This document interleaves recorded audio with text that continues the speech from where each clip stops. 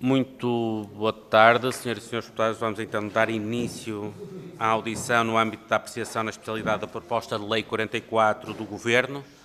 Autoriza o Governo a proceder à alteração ao Código Fiscal do Investimento, prorrogando o regime do CIFID 2 até 2026 e revogando a possibilidade de aplicação indireta do CIFID 2 através de fundos de investimento.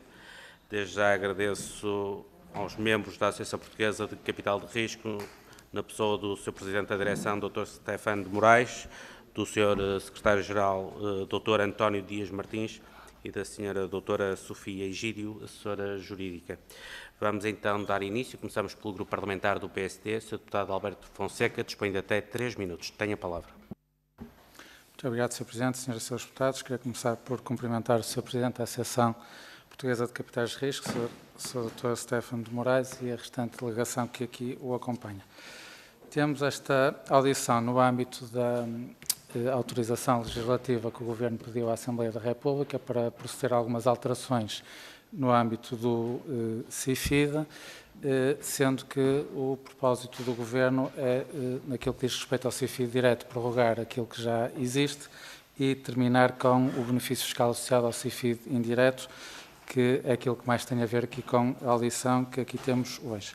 E o ponto de partida desta iniciativa do Governo tem a ver, nomeadamente, com o relatório da OTAX, em que identifica claramente os benefícios que existem do CIFID direto, em que identifica por cada euro investido, existe um investimento adicional de 1,72 euros em IID, dos quais quase 1,5 euro realizados pela própria empresa, portanto, comprovadamente eficaz. Já quanto ao CIFID indireto, eu diria que nem sequer são dúvidas, são mesmo certezas, porque aqui o relatório da OTAX identifica que existem evidências que uma parte significativa deste investimento que não está a ser canalizado para atividades de IID e no âmbito do debate que fizemos já identificamos que existem cerca de 1.000 milhões de euros que estão parados nos fundos de investimento e que não estão a ser diretamente aplicados em IID, que não estão a ser afetos diretamente à economia. Portanto, o que é que nos parece? Que, portanto, há aqui que não há da parte dos fundos de investimento uma capacidade para, eu diria, escoar este excesso de capital que está a ser investido e não haveria grande problema. O grande problema é que o Estado está a conceder um benefício fiscal com isso, está a ter uma despesa com isso e, muito provavelmente, esse dinheiro que o Estado está a deixar de receber seria muito melhor emprego noutras finalidades, poderiam servir de muito maior estímulo à economia. Nós sabemos que, e até o Sr. Presidente, até numa recente entrevista também o disse isso, nós sabemos que as melhores empresas que não recorrem ao capital do CIFID, portanto, têm algumas restrições e usam outros mecanismos, nomeadamente recorrem a recolhas de capital internacionais, em que têm muito maior flexibilidade de implementação. Portanto, nós sabemos que com o CIFID nós não conseguimos sequer chegar às melhores empresas, mas temos as outras e aí também poderíamos ter uma boa fonte de fazer a economia mexer, a inovação e aplicar este dinheiro na economia.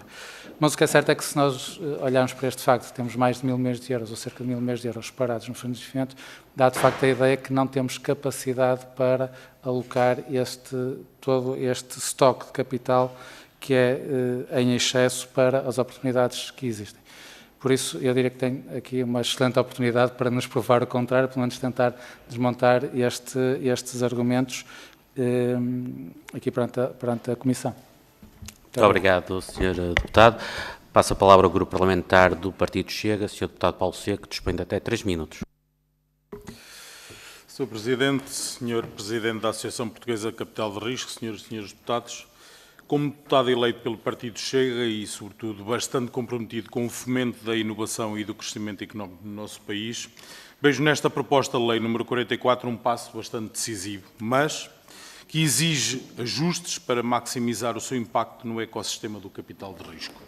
Em primeiro lugar, a prorrogação do CIFID 2 até 2026 é de crucial interesse, mas este regime fiscal tem sido um pilar essencial para incentivar o investimento em investigação e desenvolvimento empresarial, permitindo deduções ao IRC que impulsionam a competitividade das nossas empresas. Num contexto europeu onde a inovação é chave para a transição digital e verde, estender este mecanismo por mais um ano é uma decisão pragmática. Ele já beneficiou milhares de projetos, gerando emprego qualificado e patentes que fortalecem a nossa economia. Sem esta extensão, arriscaríamos um hiato de tempo que poderia desmotivar investidores e, sobretudo, empresas, especialmente no momento de recuperação pós-pandemia e instabilidade económica global.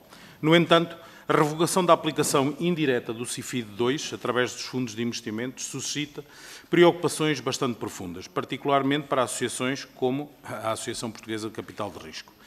Os fundos do capital de risco têm sido veículos fundamentais para canalizar recursos para startups e PMEs inovadoras, democratizando o acesso ao próprio financiamento. Ao eliminar esta via indireta, o Governo pode, refletidamente, reduzir o fluxo de capitais para setores de alto risco, como a biotecnologia ou as tecnologias ditas limpas, onde o investimento direto é bastante mais cauteloso. Estudos indicam que o CIFID indireto representou uma fatia significativa das deduções fiscais, permitindo que investidores não especializados contribuíssem para o ecossistema do ID. Esta medida, embora vise maior eficácia e transparência, pode criar um vácuo que afeta o venture capital português, já em desvantagem face a pares europeus, como é o caso de Espanha e a própria França. Em suma, esta proposta é um avanço, mas precisa de ser refinada para não penalizar o capital de risco, que é o motor da inovação em Portugal.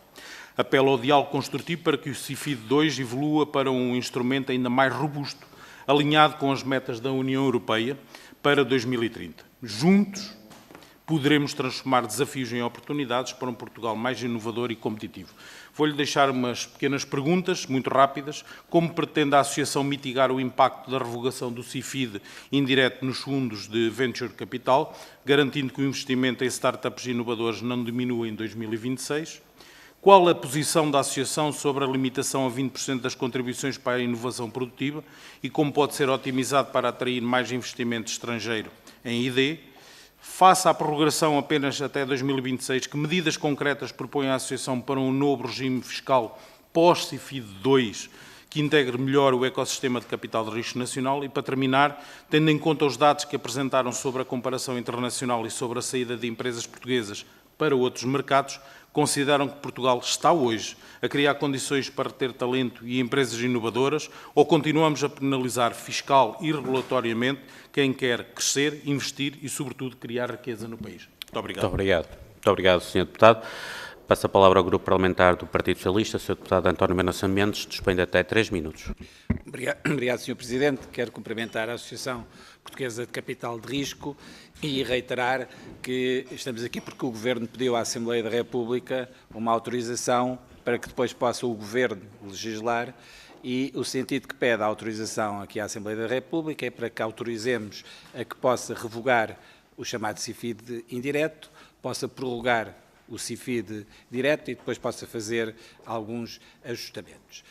E acho que esta é uma boa oportunidade para podermos ter a opinião das várias partes que possam estar aqui interessadas. E o primeiro ponto que gostaríamos de destacar é que nós achamos fundamental que a atividade de capital de risco possa ser fomentada e possa ser acarinhada pelo Estado, porque isso é absolutamente fundamental para o desenvolvimento do nosso tecido empresarial e, por isso, não temos a mínima dúvida de que a Assembleia da República, o Governo, devem estar disponíveis para olhar para este setor como um setor importante para a nossa economia.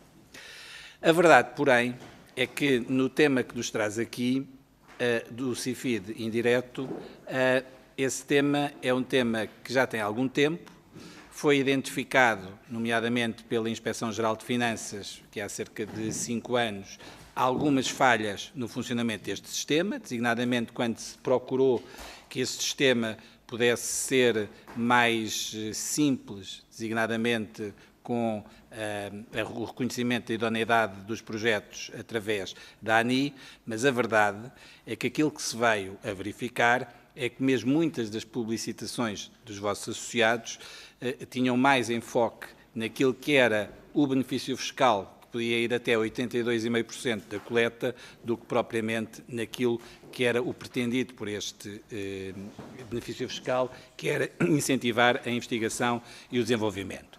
Os ajustamentos que foram feitos em 2023 reduziram substancialmente este benefício, mas o atual Governo entendeu acabar definitivamente com o mesmo. E acho que é importante, tal como o Sr. Deputado Alberto Fonseca aqui disse, e eu subscrevo na íntegra, que também tenham a oportunidade de contrapor a realidade que temos, que é também dita pela IOTEX, de que temos cerca de 1.000 milhões de euros de investimento em unidades de participação paradas nos fundos de investimento, porque não se consegue escoar esse mesmo investimento. Razão pela qual deduzo que o Governo tenha alargado a elegibilidade dos investimentos, de investimentos em inovação e desenvolvimento, para investimentos em inovação produtiva, e gostaria, se pudessem ter a oportunidade de nos poder dizer, dentro desse âmbito, se o conceito é suficientemente determinado e o que é que nós podemos esperar de diferente em termos de investimento por parte dos fundos nesta dimensão. Termino, Sr. Presidente, reiterando isso mesmo. Esta autorização legislativa a ser concedida não é o fim deste tema, mas é seguramente o início de uma nova conversa que devemos ter, porque a atividade de capital de risco é uma atividade que deve ser incentivada. Muito obrigado, Sr. Deputado. Passo então ao Grupo Parlamentar do Partido Livre. Sra. Deputada Patrícia Gonçalves, dispõe de até 3 minutos. Muito obrigada, Sr. Presidente. Boa tarde, senhoras e senhores deputados. Cumprimento os representantes aqui presentes da Associação Portuguesa de Capital de Risco, agradeço a vossa presença e os vossos certamente importantes contributos para esta audição. Este debate sobre o CIFID é sobre instrumentos de política pública, não é sobre a importância da inovação ou do capital de risco, porque penso que essa importância é consensual aqui. A proposta do Governo agora passa por não prorrogar a aplicação indireta do CIFID via fundos, mantendo e ajustando o CIFID direto, e é disso que se trata. Através destes fundos foi possível mobilizar investimento privado para startups, empresas inovadoras num país onde o capital de risco ainda representa uma fração muito pequena face à média europeia. Mas também é muito importante, sendo políticas públicas, compreender se este modelo alcançou os resultados esperados em matéria de inovação, diversificação setorial e impacto económico, e se o desenho fiscal assegura uma aplicação eficiente e atempada dos recursos. E é nesse plano do desenho do instrumento que gostaríamos de vos ouvir. E por isso, gostávamos de saber, na vossa avaliação, qual foi o contributo específico do CIFID indireto para o desenvolvimento do mercado de capital de risco em Portugal. Em particular, se consideram que esse mecanismo foi determinante... Sr. Presidente, está muito barulho na sala, posso parar o tempo? Agradeço, parem o tempo, por favor. Vamos só deixar o Sr. Deputado Pedro Coelho sair. Muito bem, penso que já estão reunidas as condições. Pode continuar. Vou retomar a questão. Gostava de saber, na vossa avaliação, qual foi o contributo específico do CIFID indireto para o desenvolvimento do mercado de capital de risco em Portugal e, se em particular, se consideram que esse mecanismo foi ou não determinante para criar investimento adicional ou, sobretudo, para reorientar capital que poderia ter sido investido por outras vias. Em segundo lugar, ao longo dos últimos anos foram identificados atrasos na aplicação dos recursos e capital retidos em fundos CIFID, bem como um desfazamento já identificado também pelo Governo entre montantes deduzidos e montantes efetivamente aplicados. No vosso entender, que fatores explicam essa diferença? É a falta de projetos elegíveis? É a morosidade nos processos de validação? Ou as restrições administrativas que atrasam o investimento? Depois, o Governo já obteve no Parlamento esta autorização legislativa para que a via indireta do CIFID seja suprimida.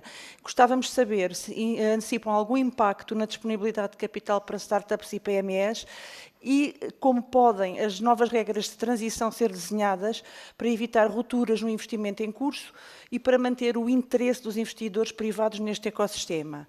Por último, gostaríamos de saber se consideram viável introduzir objetivos de política pública nos fundos apoiados, por exemplo, foco em tecnologias verdes, na transição digital ou a inovação social, sem perder a atratividade junto dos investidores. Muito obrigada. Muito obrigado, Sr. Deputado. Vamos então passar ao Grupo Parlamentar do CDS-PP, Sr. Deputado Paulo Núncio, dispõe de até 3 minutos.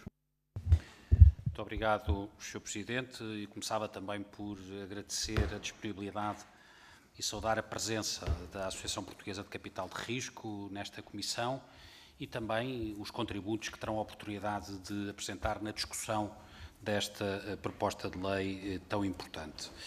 Valorizamos muito o papel das sociedades de capital de risco na economia portuguesa como fonte de financiamento às empresas, alternativo ao tradicional endividamento bancário, e também como impulsionadores de operações económicas que contribuem muito para o crescimento económico e para uma maior produtividade e inovação na economia portuguesa. E por isso é com grande agrado que os ouvimos nesta comissão.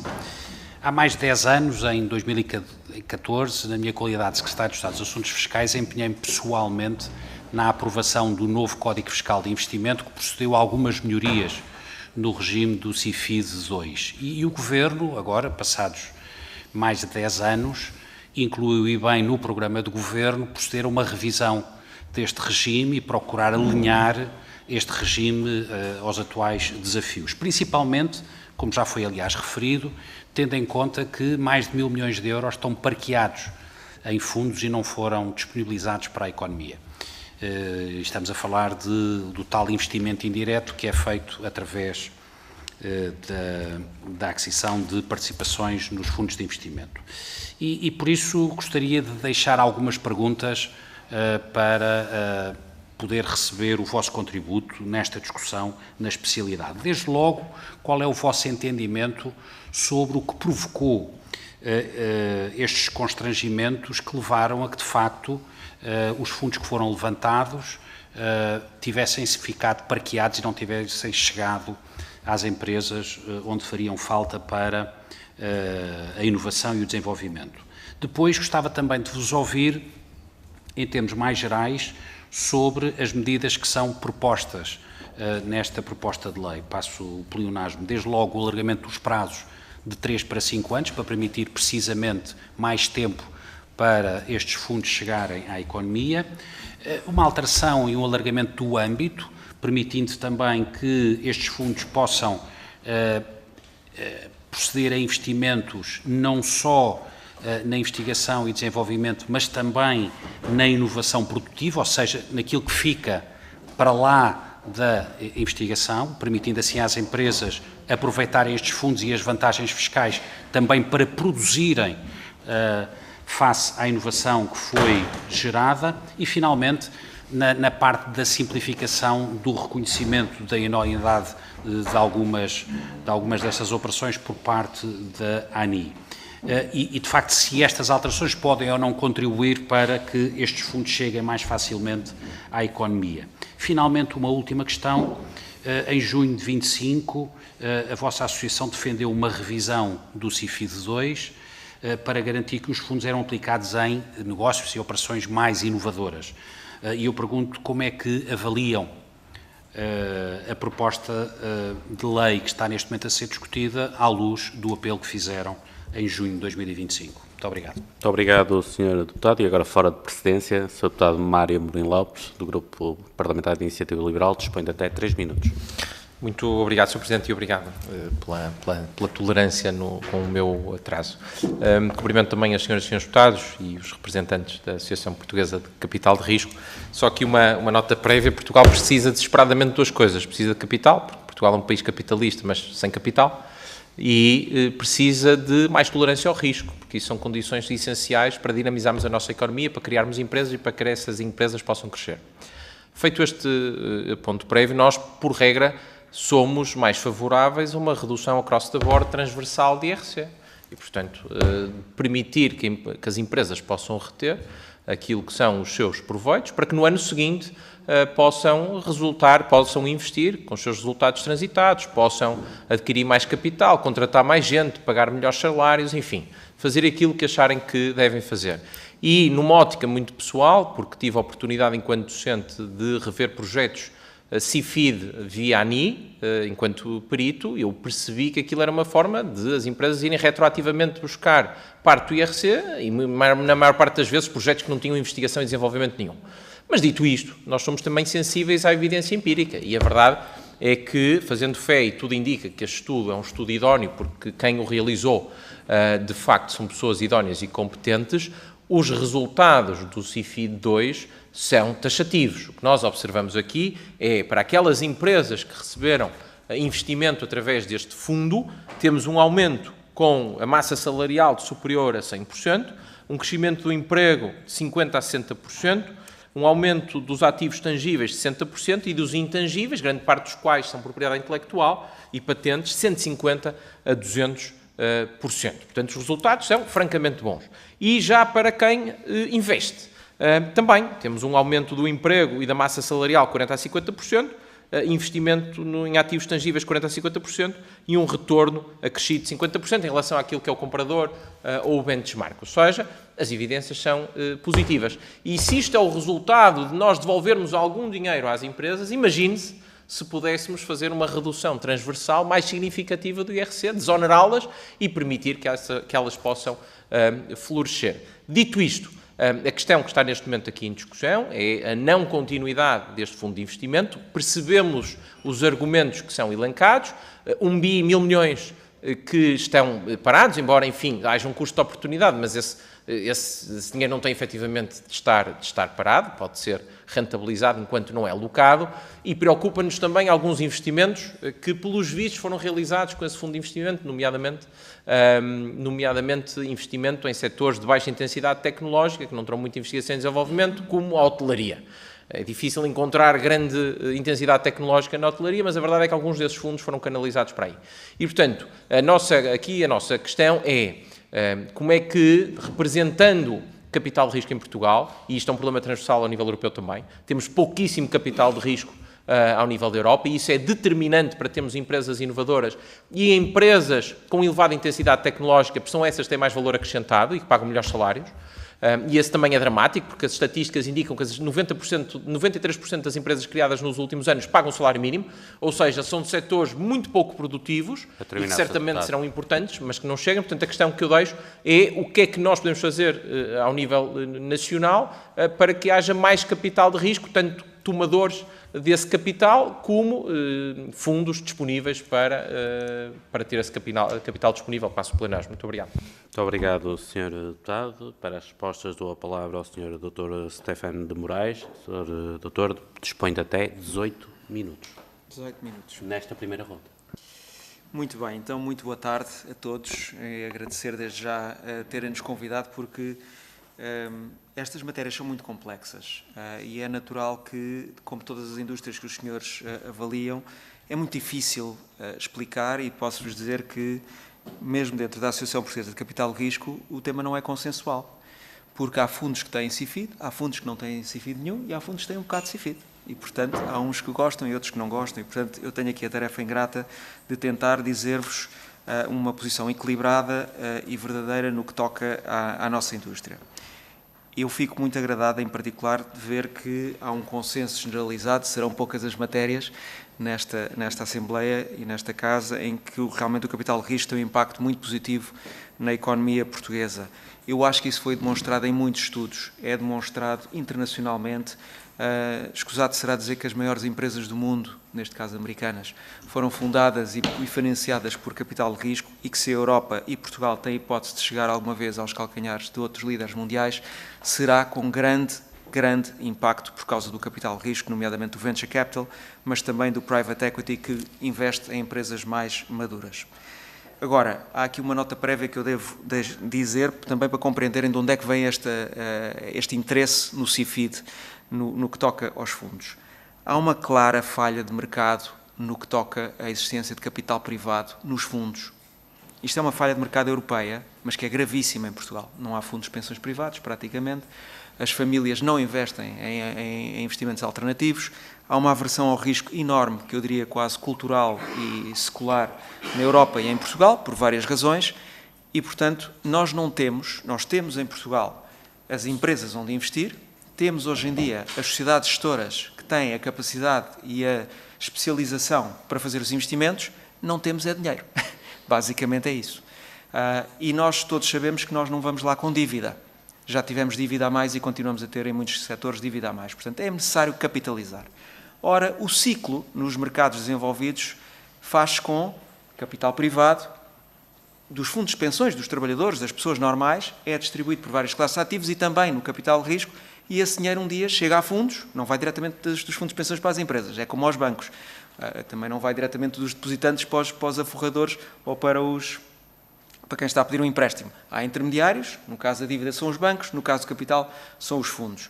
E em Portugal nós não temos capital privado. E, portanto, muitas vezes vamos de programa em programa, ou europeu ou português, digamos, dos governos sucessivos, que têm acarinhado sempre o setor, dizer aqui está mais dinheiro para esta classe de ativos, porque é importante. Mas há uma clara falha de mercado.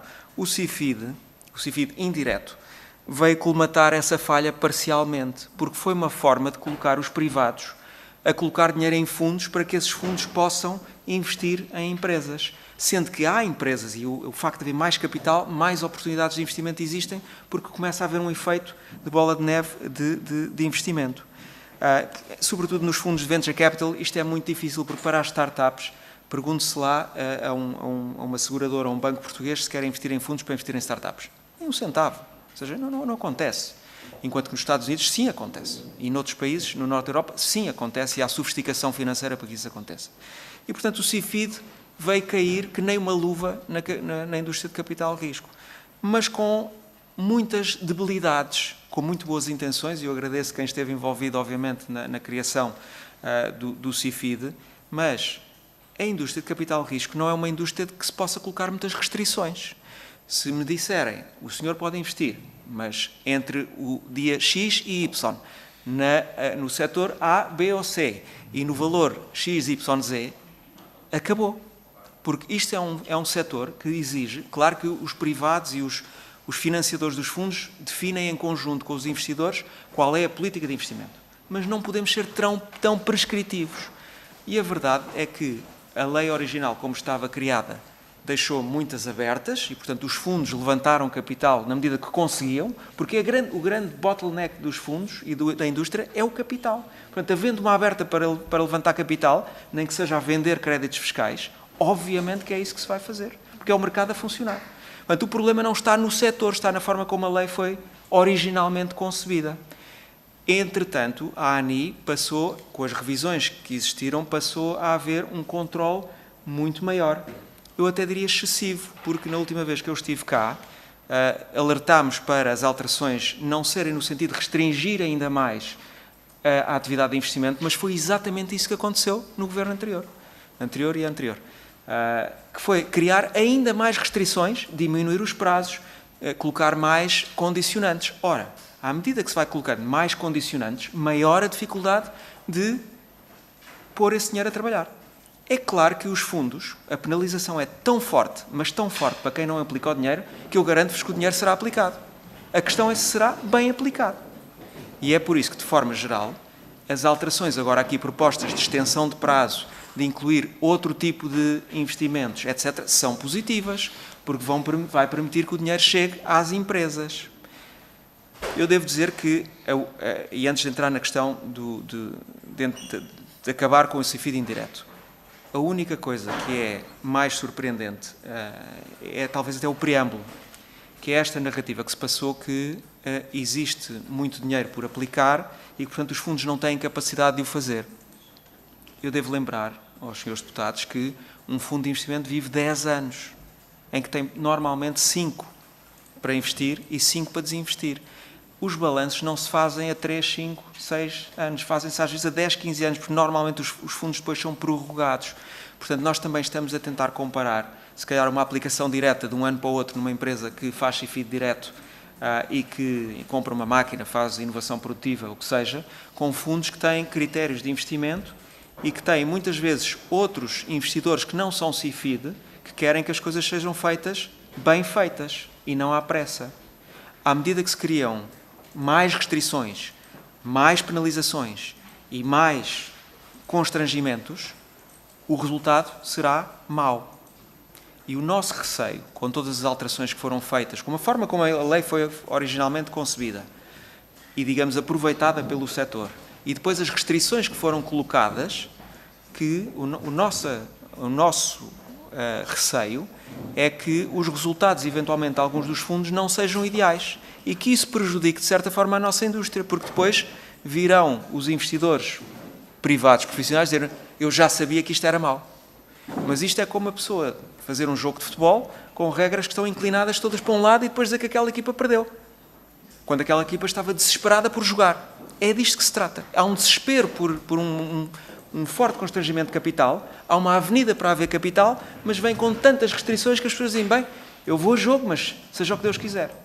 E, portanto, nós temos, como se diz, mixed feelings. Ou seja, por um lado, foi bom e investiram-se em muitíssimas empresas e não nos convence todo este argumento de que não foi aplicado. Não foi aplicado porque não é suposto ser aplicado à pressa. Convence-nos o argumento de demos mais prazo e alarguemos o âmbito de despesas, mas não nos convence o argumento de não há capacidade. Há capacidade. E há tecido empresarial em Portugal suficiente para se aplicar o dinheiro, como se viu, aliás, por programas até do BPF, que é outro capital público. Este não é público, mas é semipúblico, portanto, no fundo são impostos que são canalizados para esta matéria, e, portanto, eu não tenho dúvida que as alterações são boas. Um regime futuro tem que ser um regime que alinhe os interesses dos investidores privados com os investidores CIFID, que são os tais que só querem créditos fiscais, porque, naturalmente, quando um fundo vai angariar capital a uma pequena empresa do norte do país que produz molas para colchões, os representantes da empresa não entendem nada de investimentos, mas se lhes disserem que não vão pagar impostos, eles entendem. Ok? E, portanto, não se pode fazer instrumentos que claramente, ou seja, tornam evidente que é bom fazer por uma única razão. Uma das soluções que nós apresentámos aqui, creio que eu estive cá há 2 ou 3 anos atrás, que foi ignorada, foi obrigar a que futuros programas do CIFID tivessem uma componente privada dentro do fundo. Porque se houver investidores privados dentro do fundo, isso obriga que todo o fundo se comporte de determinada maneira com o interesse de maximizar os resultados. Mas isso não é compatível com prazos artificiais, com inspeções artificiais, com selos que demoram meses a obter para as empresas. Uma das outras alterações que é agora proposta, que é muito positiva, é terminar com a elegibilidade das empresas à cabeça. Façam-se inspeções depois do investimento, então se a empresa e se o R&D foi cumprido ou não. Agora, fazer 2 portões, que é o portão da entrada, do olha, eu não lhe dou o selo, portanto o senhor não pode investir, e depois não investiu, não investi, estou à espera há meses e há anos que me deem o selo de certificação da ANI, que tem 10 pessoas para acudir a 2.000 pedidos de investimento, obviamente que depois não se consegue executar o investimento. Façam-se inspeções a posteriori a dizer: olha, o senhor comprometeu-se a investir em R&D, mostre-me lá se investiu ou não. Eu posso dizer que houve muitos investidores internacionais, inclusivamente no caso do nosso próprio fundo e de outros fundos, e próprios investidores institucionais portugueses, muito conhecidos, que se recusaram a investir em fundos que tinham CIFID. Porque as restrições do CIFID são tantas que eles sabem que isso vai desvirtuar totalmente a capacidade do fundo de investir corretamente. Portanto, está tudo um bocadinho ao contrário. Não é que não haja capacidade de investimento, não é que não haja empresas. Só que quando se legisla, e é por isso que eu agradeço sinceramente, mais uma vez, e espero que desta vez seja útil o que nós estamos a dizer, porque isto são matérias muito complexas, que quem legisla ouça quem está no terreno, porque se não ouvir quem está no terreno, criam-se umas narrativas que não fazem sentido nenhum, e a verdade está no meio. Ou seja, foi bom investir o CIFID? Foi. É mau algo que alguns fundos fizeram? É. Alguns investimentos vão correr bem? Sim. Alguns fundos vão correr muito mal? Sim. É tudo verdade. Só que tem que se compreender a indústria. E, portanto, não tendo respondido a todas as perguntas, queria primeiro dar-vos uma pincelada de quais são as motivações e de porque é que tem que se ir a muito detalhe e não cair em narrativas fáceis, e a necessidade do Estado estar sempre a intervir, a colocar entraves. Porque quando se coloca entraves, depois os resultados são os que são e depois culpa-se os resultados e não o processo. E o processo aqui tem muita culpa. Obrigado. Muito obrigado, Sr. Doutor. Passamos então à segunda ronda. Questiono se algum grupo parlamentar pretende usar a palavra. O Sr. Deputado Alberto Fonseca, o Sr. Deputado Miguel Costa Matos. Portanto, o Sr. Deputado... Ok, muito bem. Mário Mourinho Lopes. Então vamos começar aqui pelo Sr. e o Sr. Deputado Paulo Núncio. Portanto, Alberto Fonseca. Da parte do Partido Chega, nenhum deputado quer intervir nesta segunda ronda? Muito bem. Então vamos começar pelo Sr. Deputado Alberto Fonseca. Sr. Deputado, dispõe de até 2 minutos.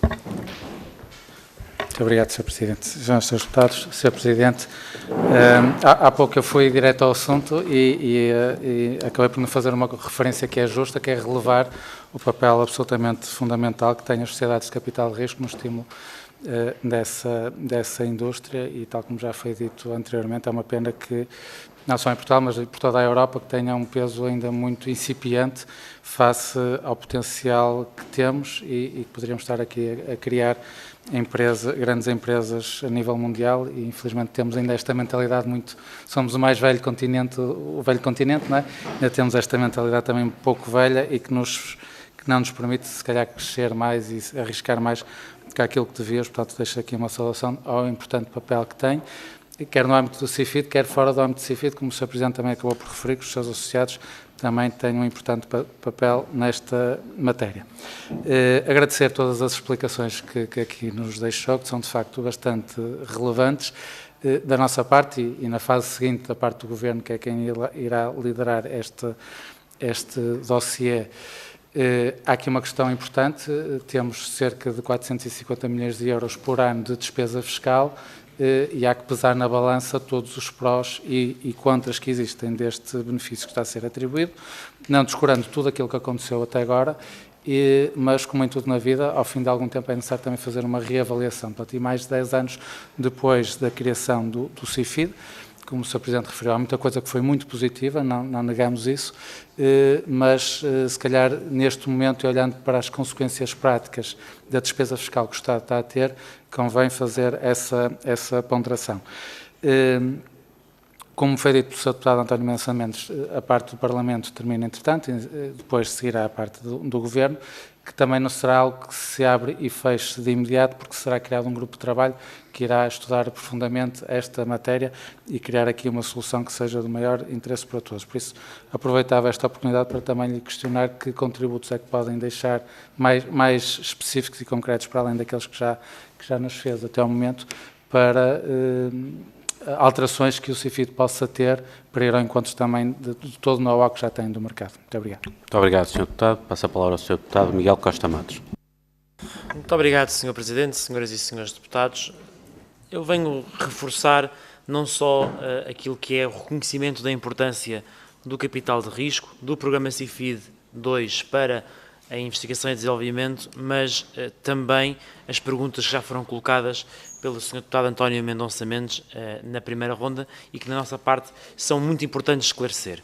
Porque, por muito que isto seja uma autorização legislativa, e agora temos a má notícia, segundo o Sr. Deputado Alberto Fonseca, que, para lá do decreto-lei autorizado, para lá da extensão que já foi decidida, vai haver um novo grupo de trabalho para decidir um sentido diverso daquilo que está aqui feito, deixa-nos todos numa grande dúvida sobre o que é que vai ser feito para lá do que é autorizado pelo Parlamento.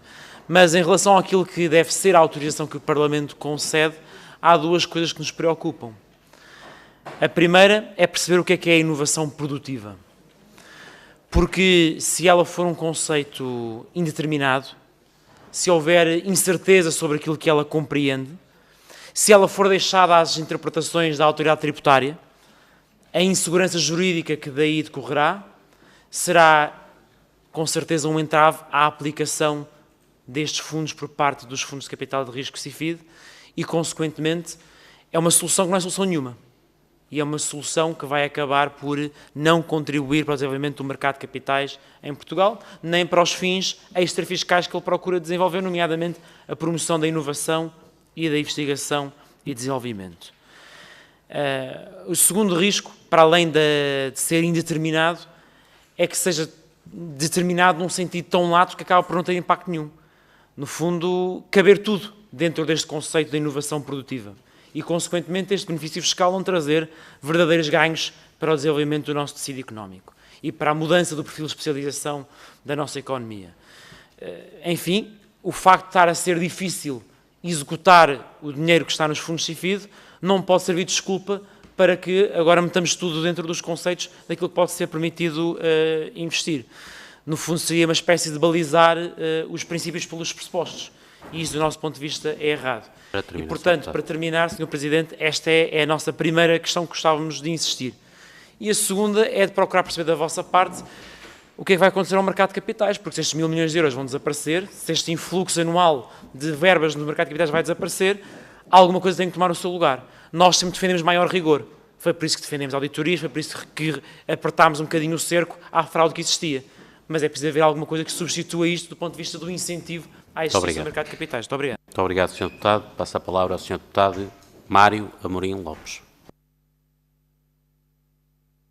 Muito obrigado, Sr. Presidente. Portanto, fazendo aqui rapidamente um diagnóstico, temos o CIFI 2 indireto que foi criado com boas intenções, mas que, uma vez mais, o legislador achou-se capaz de antever, de balizar e de prescrever tudo e mais alguma coisa, e, portanto, substitui-se quase ao investidor, mas sem o capital. Falhou. E agora temos uma resposta do atual governo que a única metáfora que me vem à cabeça é aquela expressão muito anglo-saxónica de don't throw the baby out with the baby water. Ou seja, a solução é vamos então acabar com estes fundos de investimento porque isto ficou mal feito. Isso não parece de todo ser a solução para o problema, muito menos se a justificação for porque isto gera despesa fiscal.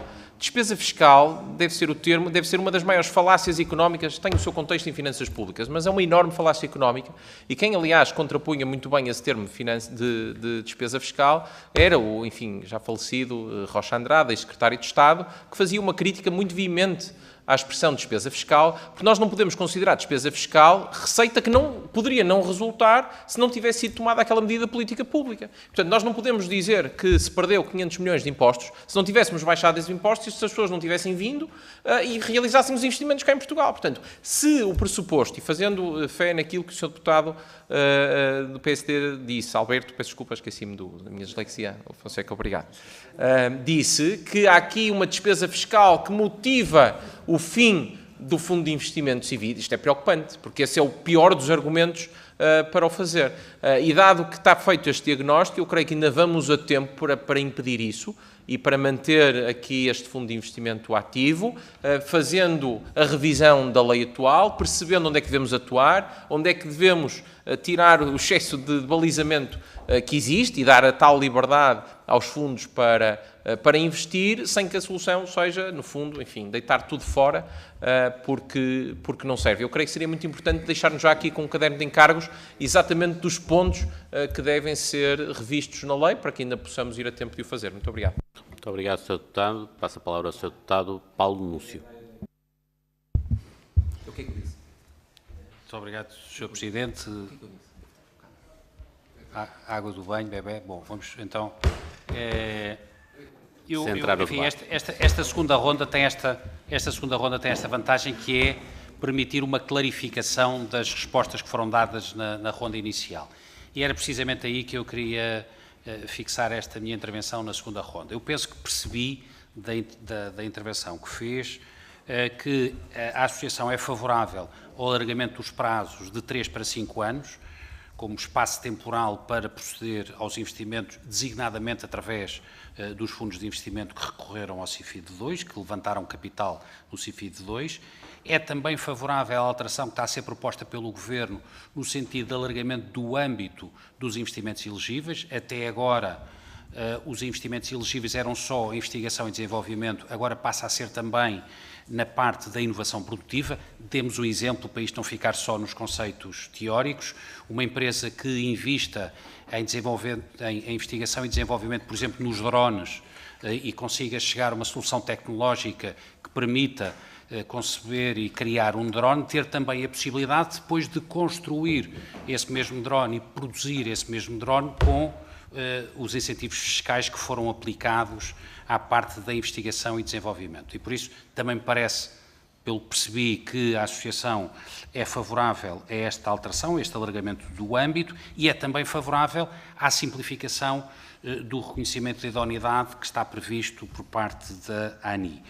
A grande reserva que a Associação apresenta é precisamente a não prorrogação, pelo que eu percebi, mas gostava que clarificasse, a não prorrogação do chamado investimento indireto, ou seja, em vez do investimento ser direto nas empresas que procedem à investigação e desenvolvimento, ser através de fundos, através da aquisição de unidades de participação nesses fundos. Mas gostaria de clarificar se realmente esse é o entendimento e se, na opinião da Associação, o investimento indireto deveria ser prorrogado para o futuro. Muito obrigado. Muito obrigado, Sr. Deputado. Passo a palavra ao Sr. Deputado Eduardo Teixeira. Muito obrigado, Sr. Presidente. Queria cumprimentar os colegas, cumprimentar a Associação de Capitais de Risco, Portuguesa de Capitais de Risco, que foi por nossa proposta que entendemos chamá-los cá e, portanto, acho que muito importante os contributos que nos deu, mas, de alguma forma, aqui a preocupação é mesmo em relação à questão do CIFID indireto. E os fundos de investimento suscitaram preocupações profundas. Nós ouvimos em audiências internas do grupo parlamentar e agora decidimos ouvi-lo enquanto capital de risco, que é outro braço armado, no bom sentido da palavra, importante para alavancar investimentos e para dar corpo a projetos que possam suscitar de necessidade de capital, e aí entra o capital de risco, e para nós é de facto importante, porque investe em startups com capacidade de internacionalização nas áreas digital, engenharia e indústria, ciências e vida e turismo. Mas a questão é para que esta alteração legislativa que estamos a fazer e que da nossa parte mereceu pelo menos a noção... Parei o tempo, por favor. A noção de alguma forma, aqui o resto dos companheiros de direita estão bastante indisciplinados, mas isso já é muito normal que aconteça no pós-atos eleitorais, em que não estiveram bem representados, mas isso são outros vinténs. Dizer que há uma frase que disse que me preocupou, que é a falta de mercados em relação aos fundos. E o que é que vai, de facto, acontecer em relação, queria que precisasse mais desta matéria, ao mercado de capitais e ao mercado de atuação em relação a este assunto, se revogar esta aplicação do CIFID indireto. Porque da nossa parte temos aqui muitas dúvidas e por isso é que estamos a ouvi-los agora, mas também chamamos quem nos trouxe em primeiro lugar aqui o assunto, que foi uma associação que nasce na Nova e que virá daqui a pouco aqui ao Parlamento também trazendo os contributos. Acho muito relevante o que nos disser, neste momento em que nós estamos na especialidade a construir a possibilidade de efetuar ajustes ao que foi aprovado e por isso pedia-lhe que se centrasse neste problema. Nós queremos apostar nas startups. Nós findamos um ano em que as exportações, a balança de Portugal comercial foi negativa, as exportações aumentaram, mas as importações aumentaram ainda mais. E, portanto, um grande problema para a economia, um grande problema para as finanças do país, e é por isso que nós estamos aqui a tentar construir consigo, e por isso gostávamos que precisasse mais desta matéria. Muito obrigado. Muito obrigado. Para responder, vou passar a palavra ao Dr. Stefano de Moraes. O Sr. Doutor dispõe de até 10 minutos. 10 minutos, muito bem. Então vou tentar ser rápido e desta vez responder diretamente às questões, começando pelo Sr. Deputado Alberto Fonseca, que alterações recomenda. Isto é um bocadinho o fim da história, mas em todo o caso começo por aqui.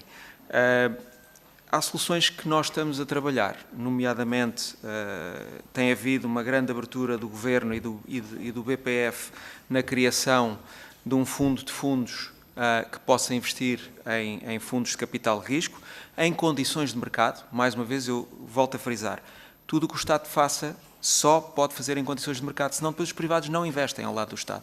Portanto, tem que ser em condições como se fossem privadas, não é? Portanto, o BPF tem mostrado, e o Ministério da Economia e o Governo, uma grande abertura para isso, e isso é muito mais importante para o futuro da nossa indústria. Depois há matérias que estão a ser tratadas a nível da Europa.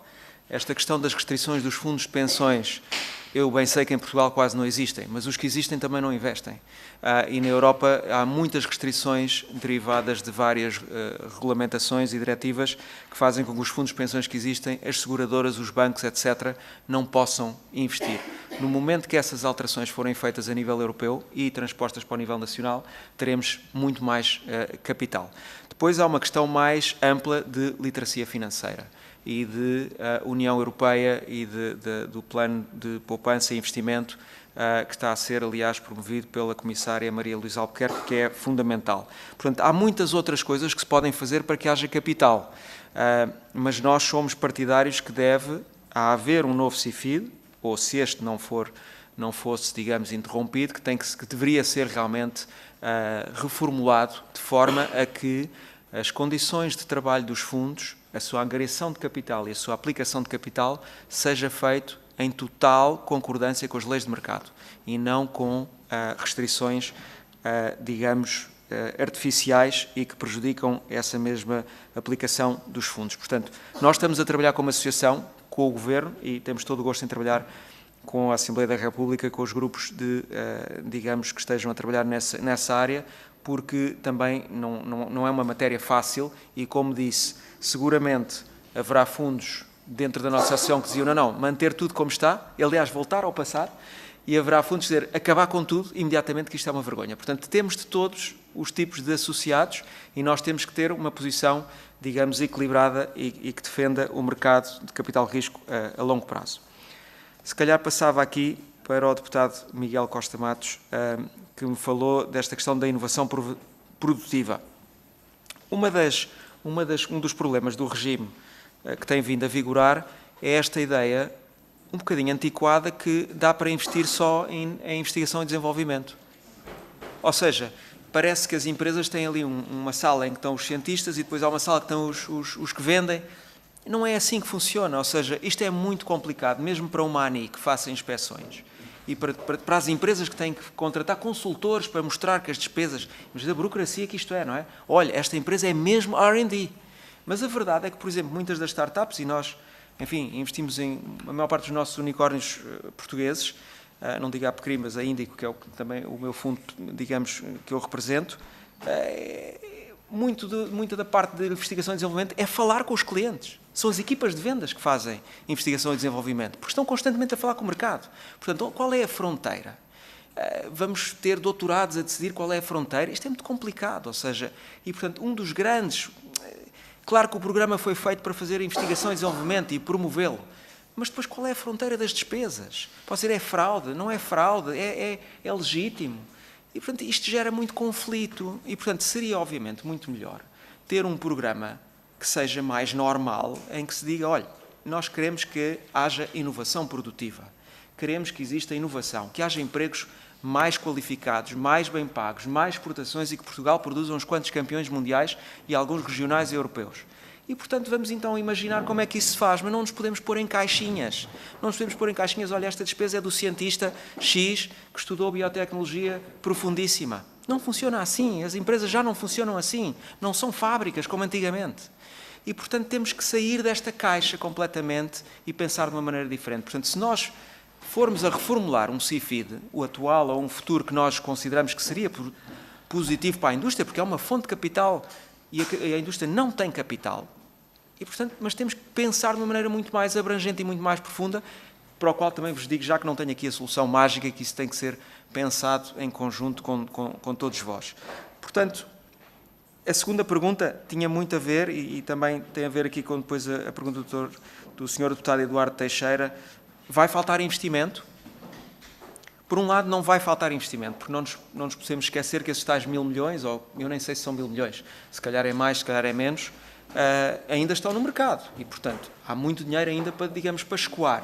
A pergunta seria, e quando esse dinheiro acabar? Mas é por isso que o que nós estamos a fazer e onde nos estamos realmente a dedicar é criar as condições para que haja um fundo de fundos do Estado que seja perene, contínuo, que não desapareça, que não mude com cada governo, que não mude com cada Ministro das Finanças e da Economia e por aí fora, que seja uma coisa independente da questão política e em condições de mercado, totalmente em condições de mercado, que é o que fazem os países mais desenvolvidos, nomeadamente na Europa, e depois que haja outras fontes de capital privado, porque a Europa, e eu vou dizer a Europa de propósito, não é só Portugal, não pode continuar a viver à conta de fundos públicos, que naturalmente vão vir sempre com restrições. Podem ser excessivas, como no caso do CIFID, mas é natural, vão querer sempre dizer que tem que ser para fazer isto ou aquilo, porque é a orientação política do momento. Isso não é compatível com o mercado de capital de risco. Não se criam campeões mundiais com diretrizes políticas. É impossível. Não foi assim que a Google foi criada, a Meta foi criada, a SpaceX foi criada, o Instagram, tudo o que vocês usam no vosso telefone não foi criado com diretrizes políticas. Foi criado com mercados de capitais que funcionam em condições de mercado, com capital privado, com investimento público ao início na investigação e desenvolvimento, mas depois com investimento privado. Portanto, nós na Europa e em Portugal temos que passar para ir buscar o dinheiro aos privados e temos que criar os incentivos sem demasiadas restrições. Depois, o Sr. Deputado Mário Amarinho Lopes perguntou, portanto, a solução se é acabar com tudo. Não é realmente acabar com tudo, mas não estamos preocupados no sentido de que o dinheiro vai acabar. Naturalmente, os fundos que têm apenas CIFID hoje em dia e que vivem, digamos, de uma fonte de capital CIFID estão muitíssimo preocupados, como devem imaginar. Há fundos que não têm CIFID nenhum, não estão nada preocupados. Há fundos que têm todo o CIFID, só têm CIFID, estão super preocupados. E, portanto, o que temos é que garantir que existem ou um novo CIFID em condições de mercado ou novos instrumentos, banco de fomento, fundos de fundos, fundos de pensões e por aí fora, que, em condições de mercado, qualquer gestor de fundos, mostrando o seu track record, mostrando as suas valências de investimento profissional nas empresas, possa ir buscar, em condições de mercado, esse capital. Portanto, a solução não é acabar com tudo, mas é seguramente reformular o que existe para que não haja um hiato de capital. E depois o Sr. Deputado Paulo Núncio fez-me a pergunta que é a mais difícil, não é? Que é, está-me a tentar dividir se nós somos favoráveis ou não digamos, a acabar com o CIFID indireto. Nós somos favoráveis a que continue noutras condições. Ou seja, a posição de equilíbrio que a Associação pode ter é, sim, devia haver algum CIFID de alguma forma, mas não na forma em que está, indireto.